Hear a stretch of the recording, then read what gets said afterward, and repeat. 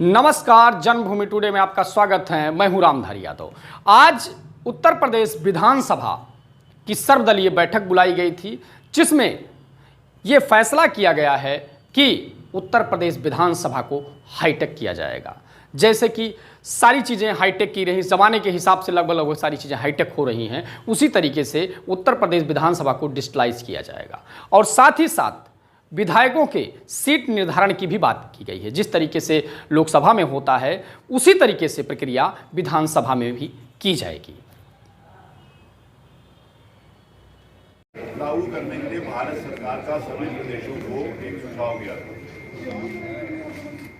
मेरे को इस बात को कहते हुए प्रसन्नता है कि देश में विधान लागू करने के लिए सबसे बड़े प्रदेश उत्तर प्रदेश में हम प्रयास कर रहे हैं और हम सबसे पहले उसको कर लेंगे।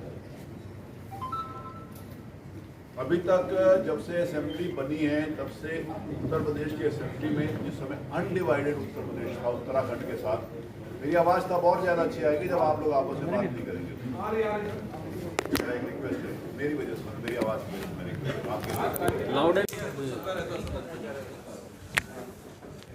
तो अभी तक 379 सीट्स थी, सीटिंग कैपेसिटी जो एमएलएस के थी विधानसभा के विधान मंडप के दल उसके अंदर डोम के अंदर, वो 379 सीट्स थी। जब अनडिवाइडेड उत्तर प्रदेश था तब भी 425 मेंबर होते, तब भी सीटें कम थी। उसके बाद 403 सदस्य अभी विधानसभा में चुनकर आते हैं। तो जिस समय ई विधान लागू करना था तो हर माननीय सदस्य का सीट असाइन करने की बात हुई। मैंने कहा सबका सीट असाइन करो, जैसे पार्लियामेंट में है। तो सीट असाइन करने के बाद है तो 403 तो सदस्य हैं, तो सीटें 379 थी तो 403 करना था पहले। फिर 403 सीटों के बाद 10-12 सीटें और बढ़ानी थी, इसलिए क्योंकि जो माननीय मंत्री विधानसभा के सदस्य ने काउंसिल से आते हैं उनके लिए भी वहाँ पर सीट होनी आवश्यक थी। तो हमने 37 सीटें बढ़ाई हैं विधानसभा, उसी सिस्टम में, उसी के अंदर 37 सीटें बढ़ाने के बाद उसमें हर सीट के ऊपर हम एक टैबलेट प्रोवाइड करेंगे, फिक्स्ड होगा वो। सारे मेंबर्स को अपनी सीट से ही बोलना पड़ेगा। उनका जो टैबलेट होगा उनको कोड से या फिर उनके फिंगरप्रिंट से वो ऑन होगा। तो दूसरी कोई बैठ कहीं भी सकता है, लेकिन अपना भाषण देना तो आपको वहीं से देना पड़ेगा, मैंडेटरी होगा। दूसरी बात, आपको पूरा का पूरा हम एजेंडा उसी के ऊपर आपके टैबलेट पर होगा, आपके डिवाइस पर होगा, जो आपके सामने पड़ा होगा। क्वेश्चन भी उसी के ऊपर होंगे और आंसर्स भी सवेरे 10:30 बजे उसी के ऊपर आएंगे, क्योंकि जिस समय आंसर्स उत्तरी जिस समय हम लोग आंसर्स देना शुरू करते हैं पीछे लॉबी में, तो वो भी उसी में आएंगे। मेरा ये प्रयास है कि अधिक से अधिक सदस्यों को प्रश्न करने का भी अवसर मिले, अपनी बात कहने का भी अवसर मिले।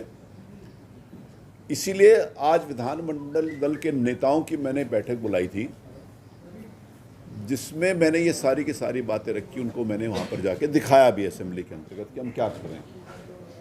तो मुझे प्रसन्नता है कि सभी नेताओं ने इसका स्वागत किया और सबने प्रसन्नता व्यक्त करी। उन्होंने सीट्स, जब मैंने उनको बोला कि देखिए कहाँ सीट्स बढ़ी हैं, तो उनको लगा ही नहीं कि यार यहाँ सीट्स बढ़ गई हैं, लेकिन वहाँ पर सीट्स बढ़ी है। 37 सीटें बढ़ी हैं, कम सीटें नहीं बढ़ी। महामहिम राज्यपाल जी का भी भाषण उसी पर होगा, बजट भी उसी पर होगा, एजेंडा पूरा उसी के ऊपर होगा, एक्सेप्ट ऑफ डिबेट्स जो होनी है, उसके अलावा बाकी सारे का सारा उसमें। इसके साथ अब इसको और सिर्फ ई विधान यहाँ पर विधानसभा के अंदर से समाप्त नहीं हो जाता, इसको गवर्नमेंट के हर ऑफिस के साथ जोड़ने का भी काम हमारा जारी रहेगा। क्योंकि जो भी गवर्नमेंट को जाती हैं, गवर्नमेंट के विभिन्न डिपार्टमेंट्स को यहाँ से सूचनाएं जाती हैं, जो सूचनाएं मांगी जाती हैं, उसको भी हम ऑनलाइन करेंगे। वो अभी प्रोसेस में रहेगा। उसको हो सकता है कि अगले विधानसभा के सत्र तक, अगले सत्र तक हो जाएगा, इस विधानसभा के अगले सत्र तक हो जाएगा। ई विधान में हर चीज़ होगा। इसमें एक महत्वपूर्ण बात है कि इसमें देश भर की विधानसभा एक पोर्टल के ऊपर आकर जुड़ेंगे, एक स्थान के ऊपर आकर जुड़ेंगे। हर विधानसभा के अंतर्गत जो कुछ भी हो रहा है, सारे देश की विधानसभाओं को इससे जानकारी मिलेगी। बाकी वो पेपरलेस वो तो ऑब्वियसली वो है ही है। मेरा चश्मा छूट गया यार कहीं। देखो ये गिर गया होगा हमारी किसी ईंट के ऊपर, ये नीचे से देख लेना। एनीवे नहीं है, मैं चेक कर लिया। चलो, वो इसमें मैंने ये आज बातचीत में सभी माननीय नेताओं से, विधानमंडल दल के नेताओं से रिक्वेस्ट करी है कि हम इसमें ज़्यादा से ज़्यादा प्रश्न ले सकें, उसमें क्या सुझाव आ सकते हैं। तो हम जो प्रश्न करता होगा, अभी माननीय मंत्री उसका उत्तर देते हैं, क्योंकि सब लोगों के पास वो प्रश्न का उत्तर अवेलेबल नहीं होता, जिसके कारण उनको अनुपूरक पूछना पड़ता है। तो अब जब उत्तर भी आपके डिवाइस के ऊपर उपलब्ध होगा, तो प्रश्न के साथ उत्तर पढ़ा हुआ मान लिया जाएगा और पहले से ही अनुपूरक प्रारंभ हो जाएगा।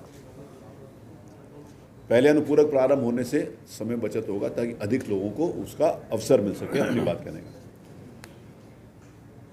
हर प्रश्न पर 2 अनुपूरक अलाउड होंगे। जो सदस्य प्रश्न कर रहे हैं, अगर एक प्रश्न कई सदस्य कर रहे हैं तो सबको एक प्रश्न करने का अवसर मिलेगा। अगर 4 लोग प्रश्न करते हैं तो उसमें 2 के ऊपर बात लागू नहीं होगी, सबको एक एक, क्योंकि सबने प्रश्न किया उसको 2 के ऊपर एक प्रश्न और नेता प्रतिपक्ष कर लें या कोई नेता कर ले, उसको 2+1। इससे समय की बचत होगी और ज़्यादा से ज़्यादा लोगों को इसमें अवसर मिलेगा। समय हमने इसलिए नहीं बचाना कि समय बचाना है, समय इसलिए बचाना है कि जब मैंने मेरे से ये अपेक्षा करी है सब लोगों ने, सभी राजनीतिक दल के सदस्यों ने भी, नेताओं ने, कि हम ज़्यादा से ज़्यादा आप अवसर दें, तो ज़्यादा से ज़्यादा अवसर उसी टाइम के अंतर्गत दिया जा सकता है। विधानसभा की कार्रवाई अभी डीडी न्यूज़ के ऊपर आती है, हम सबको मालूम है। हम उसको लाइव फेसबुक पे भी करेंगे, यूट्यूब पे भी करेंगे। हमारा प्रयास होगा कि जनता से चुनकर आया हुआ जनप्रतिनिधि की जनता देख सके कि हमारे चुने हुए माननीय सदस्य की पार्टिसिपेशन विधानसभा में कितनी है और कैसी है। इससे अवेयरनेस में, इसको बात को अवेयरनेस के नाते से कह रहा हूँ कि मेंबर्स में भी अवेयरनेस आएगी, ताकि वो उसमें अपना रहें। नोटिसेस दी जाती थी, नोटिसेस जैसे उदाहरण के लिए नियम 301 की नोटिस दी जाती थी। तो हमने ये तय किया है कि नियम 301 की नोटिस हम लेंगे, लेकिन जो सदस्य एब्सेंट होगा हम उसकी नोटिस को नहीं लेंगे। होता यह है कि हमने नोटिस लगा कि हम घूमने चले गए, अगर आपका इंटरेस्ट नहीं है तो जिस मेंबर का इंटरेस्ट है उसको ले लेंगे। तो नोटिसेस में भी हम इस प्रकार की करेंगे। नई विधानसभा नए स्वरूप में, नए प्रकार के कार्यशैली के अंतर्गत आएगी। इसके लिए आज मैंने सभी विधानमंडल दल के नेताओं से रिक्वेस्ट करी थी, उनके साथ बहुत एक सकारात्मक चर्चा हुई है। विधानसभा का सत्र 23 तारीख से आहूत किया गया है। 22 तारीख को बहुत सारी बैठकें होती हैं, आपको मालूम है, सब आप लोग विधानसभा कवर करते हो कि नेताओं की बैठक होती है, कार्य मंत्रणा की बैठक होगी। 20 और 21 को जो नए सदस्य हैं उनका प्रबोधन कार्यक्रम होगा। 20 और 21 को प्रबोधन कार्यक्रम होगा। उसमें 20 तारीख को देश की पार्लियामेंट के माननीय स्पीकर साहब को उसका उद्घाटन करेंगे। माननीय मुख्यमंत्री जी स्वाभाविक है, रहेंगे। और अगले दिन जो दूसरे दिन का प्रबोधन कार्यक्रम होगा वो दोपहर तक समाप्त कर देंगे, और दोपहर के बाद असेंबली में प्रबोधन होगा ई विधान को लेकर। उसमें सारे सदस्यों को रहने के लिए निवेदन किया जाएगा कि सब सदस्य रहें, इंक्लूडिंग एवरीबडी, इंक्लूडिंग मिनिस्टर्स। मैं भी अपने आप को उसमें इंक्लूड करके बोल रहा हूँ कि सबके लिए वो नई व्यवस्था होगी, सबको उसमें से सीखना पड़ेगा। तो दोपहर का जो प्रबोधन वाला कार्यक्रम होगा वो ई विधान से संबंधित विधान मंडप में होगा। पहले सत्र में हमारा प्रयास होगा कि हम हार्ड कॉपीज़ भी अवेलेबल कराएं, क्योंकि पहला ही सत्र होगा तो पहले ही बहुत सारी जानकारियाँ, बहुत सारा सीखना उसके अंतर्गत बहुत सारे सदस्यों के लिए संभव ना हो सकेगा। तो पहले सत्र में हम हार्ड कॉपीज़ भी उपलब्ध कराएंगे, सॉफ्ट कॉपीज़ भी उपलब्ध कराएंगे।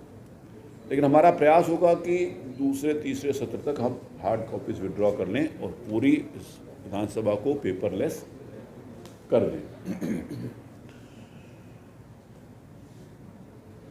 विधानसभा से संबंधित मुझे अभी मेरे ख्याल है कोई पॉइंट छूट गया हो तो मेरे को ध्यान में आ रहा हो तो कभी हो सकता है। मैं प्रमुख सचिव के चश्मे से बता रहा हूँ आपको।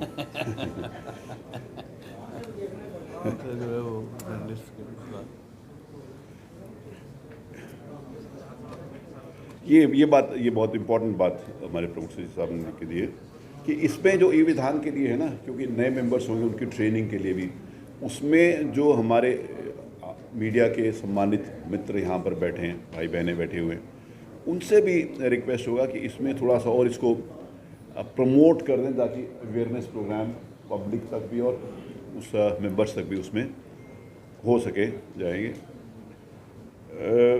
अगले हम इस बार तो क्योंकि समय हमारे पास बहुत कम बचा है, 23 तारीख के नाते से कह रहा हूँ, अगले सत्र तक जो पत्रकार दीर्घा में उसमें भी हम बड़ा वाला स्क्रीन भी लगाएंगे और टैबलेट्स भी हम उसमें लगवाएंगे ताकि जितना स्पेस अवेलेबल होगी वो अभी हम करवा देंगे। वो सर एक सवाल है मेरा, एक मिनट पूरी बात एक बात, सॉरी, इसको पूरा कर। विधानसभा की वेबसाइट के ऊपर पूरे दिन की कार्रवाई होगी, वो तो मैंने आपको बताया है कि जैसे यूट्यूब लाइव होगा और फेसबुक लाइव होगा, तो विधानसभा की वेबसाइट के ऊपर पूरा होगा। और पटल पर भी जो सॉफ्ट कॉपीज होंगी जो हमारे पत्रकार मित्र चाहते हैं उनको भी अभी हम इसमें उपलब्ध कराएंगे। प्रयास करेंगे अगली बार में इसको हम कैसे हर व्यक्ति तक पहुंचा सकते हैं उसके बारे में विचार। आप प्लीज। सर मेरा सवाल ये है कि क्या ई विधान के लिए विधानसभा की कार्य संचालन नियमावली बदलेंगे? नंबर 1। नंबर 2, पहले स्पीकर को ये पावर थी कि अनुपूरक कितने पूछे जाएंगे वो स्पीकर तय करता था, वो पावर आते ही आपने सरेंडर करके ई विधान को दे दिया, सिर्फ 3 अनुपूरक होंगे। नहीं, ई विधान से अनुपूरक का कोई संबंध नहीं है, मेरा एक निवेदन। ई विधान से अनुपूरक का कोई संबंध नहीं है। पावर पहले भी मेरे पास थी, अभी भी मेरे पास है, लेकिन जिस समय सारे विधानसभा के सदस्य और सारे पॉलिटिकल पार्टीज के लीडर्स चाहते हैं कि मैं अधिक से अधिक मेंबर्स को अवसर दूं, तो उस अवसर के लिए हमने बातचीत के माध्यम से हमने ये बात को तय किया। अगर मैं वहाँ पर हाउस में बैठ कर कहता मैं 2 यूनिट पूरा करूँगा तो वो कहते नहीं आपको लेने पड़ेंगे। जैसे सदस्य अपना बात रखते हैं, उनको रखने का अधिकार है। निर्णय मेरे पर था, ईश्वर आज भी निर्णय मेरे पर है कि मैं 2 लूँगा।